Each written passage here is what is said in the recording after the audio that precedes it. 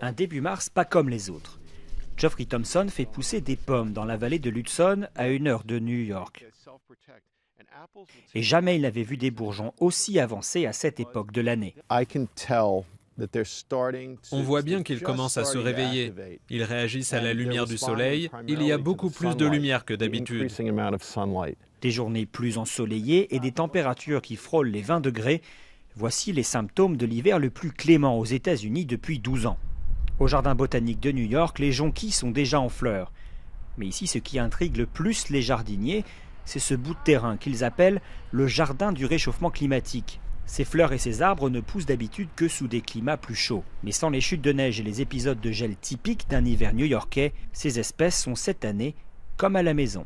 On a commencé à avoir des fleurs avec 1 mois d'avance. Maintenant, ça commence à revenir à la normale, mais tout a commencé vraiment tôt.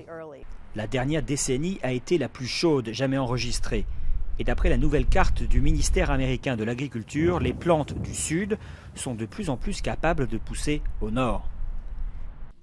Les cultivateurs comme Thompson s'inquiètent des effets du changement climatique, des insectes plus nombreux et une météo plus extrême et imprévisible. Il y a 3 ans, nous avons eu une sécheresse. Nous avons perdu des arbres. L'année suivante, il a plu presque tout le temps. Il est tombé une quantité incroyable d'eau. Thompson surveille le thermomètre de près. Ces pommiers pourraient bientôt être en fleurs. Mais quelques nuits en dessous de zéro, et ce serait la catastrophe. Ça voudrait dire qu'on perdrait notre récolte, ou presque. Un printemps en avance, mais pas pour autant installé durablement.